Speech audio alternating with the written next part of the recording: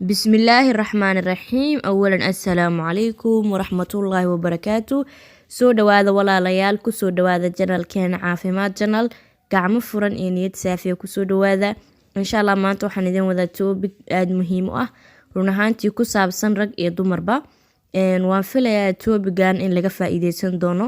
Topican maanta wuxuu ku saabsan yahay cudurka lagu magacaabo jabtada oo luqada qalaad loo yaqaano gonorrhea. laakiin intaanu gudagalin waxaan idinka codsanayaa inaad subscribe ka saarto gambaleelka aad furato si uu u noqoto qofka ugu horeeya ee daawada fiidiyodeeda. waa soo dhawaa walaalahayga qaaliga aanu gudagalo ugu horeyn cudurka jabtada. Cudurka jabtada ayaa safka hore kaga jira cudurrada galmada lagu kala qaado ee loo yaqaano sexual transmitted disease kaasoo khatar badan ku haya dadyo badan oo dunida ku nool, haba ugu badnaadaan kuwa ku nool wadamada saboolka ah ee aan helin xanaaneyn iyo daryeel caafimaad oo ku filan. Haddaba maxaa calaamadoo lagu gartaa cudurka jabtada? Calaamadaha ugu horeeya ee lagu arka bukaha cudurka jabtada qaba ayaa ah kuwa dhexdhexaad ah. Inta badanna calaamadahaasi waxa ay soo muuqdaan 2 ilaa 10 cisho gudahood kadib markuu qofka galmo la sameeyo buka qaba cudurka. Waxaan horey u soo sheegay cudurkan in lagu kala qaado galmada. Marka qofka waxay ka soo muuqanaysaa calaamadaha maalinta 1 ilaa iyo maalinta 10aad, yacni 10 maalin gudahood ayay calaamadaha cudurkan hadduu kugu dhaco kaaga soo muuqan kartaa. Calaamadaha dumarka iyo kuwa ragga lagu kala arko ayaa dhab ahaantii kala duwan.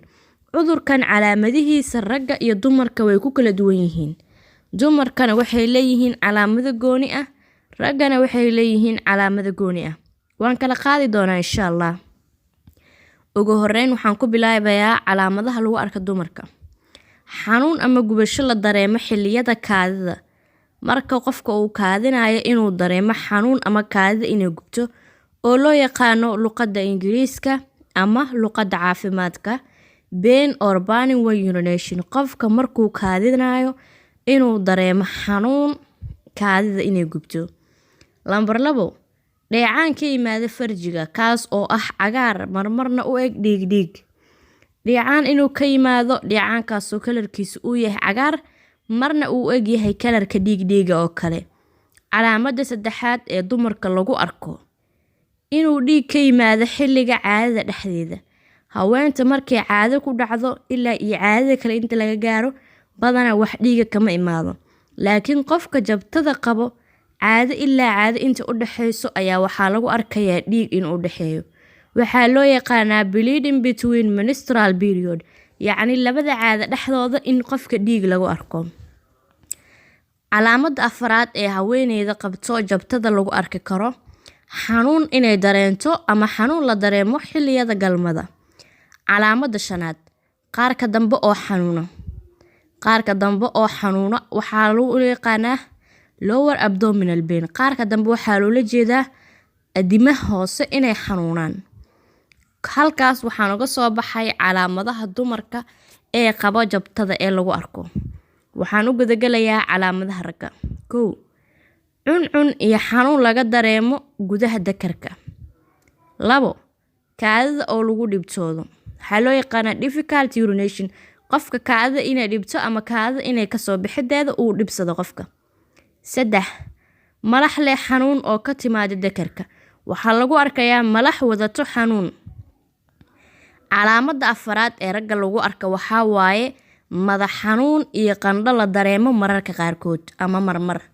Sidaan horey u soo sheegay ragga iyo dumarka calaamadahooda way kala duwan yihiin oo waa adinkaa hadda arkayba xitaa iskuma dhawo ismana laha. Haddaba sidee cudurkan looga hortagi karaa inuu faafo? Ileen daaweynta waxaa ka wanaagsan mar walba in wax laga hortago. Carabta waxay dhahaan alwiqaayatu khayrun min alcilaaj. Waxaan intaa mar walba daaweyn lahayd waxaa ka wanaagsan marka horeba biyaha intay ku soo gaarin iska moos. Haddaba cudurkan waxaa looga hortagi karaa oo kaliya qofka oo ku ekaada gogoshiisa ama xaaskiisa oonan samaynin wax gogol dhaaf ama sina ah. Halkaas waxaad ka garan kartaa macnaha ballaaran ee xambaarsan tahay xaaraantinimada ee diinteena islaamka ee sharafta leh ay xarintay zinada. Waxyaabo badan oo waxaa jira oo gaaladu sheegaan in looga hortagi karo cudurka jabtada, balse waa wax ay iyaguba ku walaacsan yihiin ama ay ku wareersan yihiin, waxbana weli kamay qaban. Isku soo duuduubo xalka kaliya ee looga hortagi karo faafidda cudurkan waa ku ekaw gogoshaada kana fogow zinada. Haddaba waxaa jiro baarisyo cudurkan loo sameeyo oo lagu ogaado qofka in uu cudurkan qaba iyo in kale lagu kala hubiyo. Kow waa in si toos ah loo adeegsado shaybaarka loo yaqaan microscope iyadoo la adeegsanayo dheecaan aan badnayn oo bukaha laga soo qaadayo. Lambar 2 in laga baaro hidaha qofka ama DNA-da bakteeriyada loo yaqaan Neisseria gonorrhea, waana bakteeriyada keenta jabtada. Kaadida bukaha ayaa laga fiirinayaa, taasoo u baahan in la isticmaalo qalab casri ah sida midka loo yaqaano polymerase, qalabkaas chain reaction oo loo soo gaabiyay PCR. 3 baaritaanka saddexaad ee la sameeyo waa in la abuuro culture bakteeriyada lagu magacaabo Neisseria gonorrhea oo ah bakteeriyada keenta jabtada, iyadoo la isticmaalayo dhiigaan laga soo qaaday bukaha cudurka qabo si loo helo caddi bakteeriya ama xaddi bakteeriya ah oo si fudud loo baari karo. Haddaba waxaan u soo gudubnay ama aan u soo dhaadhacnay boontiga ugu muhiimsanaa: sidee lisaga daaweeyaa cudurkan ama sidee loo daaweeyaa jabtada. Inta badan dhakhaatiirtu waxa ay u qoraan bukaha cudurka jabtada qaba mid ka mid ah daawooyinkan antibiotic, maadaama waxa sababa ay tahay bakteeriya. Waxaa lagu daaweeyaa antibiotic ama qalajiye. 1 waxaa lagu daaweeyaa daawada loo yaqaano ceftriaxone. 2 waxaa lagu daaweeyaa daawo loo yaqaano ciprofloxacin. 3 daawo loo yaqaano cefuroxime. 4 daawo loo yaqaano ofloxacin iyo midda 5 oo ah daawo loo yaqaano lefloxacin. 5taas daawo ayaa lagu daaweeyaa cudurka jabtada. Haddii uu bukaha cudurka qabo uu yahay haweeney uur leh ama qof da'diisu ka yar tahay 18 sano, looma ogola inuu isticmaalo daawooyinkan ciprofloxacin iyo ofloxacin. Waxaan soo sheegay 5 daawo. 5taas daawo ma wada isticmaali kara ma aha, laakiin haweeneyda hadday uur leedahay ama qofka uu ka yaryahay 18 sano, maadaama dadkaas ay yihiin dad nugul, ma isticmaali karaan labadan daawo oo loo yaqaano ciprofloxacin iyo ofloxacin. Insha Allah cudurkan daawadiisa waa antibiotics ama qalajiyahaas. Sababtuna waxa waaye wax sababa ayaa ah bakteeriyadaas oo loo yaqaano Neisseria gonorrhea. Haddaba gabagabo, in badan cudurrada lagu kala qaado galmada oo aan jeclahay inaan qaar badan oo ka mid ah aan ku soo qaato fiidiyowyada soo socda insha Allah, ayaa ah kuwo ay aasaas u tahay gogol dhaafku ama sinada. Marka qof kasta oo muslim ah waxaa la gudboon inuu ahaado mid ku socdo tilmaamaha wanaagsan iyo amarada ay diinta islaamku nafarayso.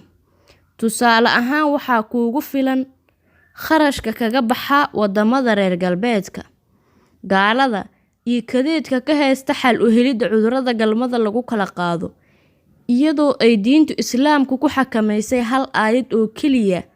Aayadaasoo ah walaa taqrabu zina, oo macnaheedu yahay ha u dhawaarina zinada. Waa suuratul Israa aayadda 32.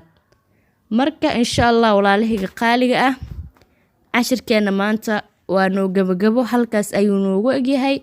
Waan filayaa wax badan inaad ka fahanteen oo calaamadaheeda iyo waxa la yiraahdo sida lagu kala qaado, sida loo daaweeyo, sida looga hortago, intaba inaad fahanteen insha Allah. Iyo gunaanadkii iyo gabagabadii waanadii ay idin soo jeediyay inaad ku cibro qaadan doontaan insha Allah. Dhammaanteen Allah naga dhigo kuwa ku cibro qaato. Waa mahadsantihiin walaalahayga qaaliga insha Allah. qaybta commentiga waxa igu soo qortaan topic aad jeceshiin inaan ka soo hadlo ama ciwaanka uu isleeyahay qof walba leeyahay ciwaankaas ayaa tabaysa ama aad u baahnaan lahayd waa mahadsantihiin insha Allah videogeena waa noo gabagabo. Assalaamu calaykum.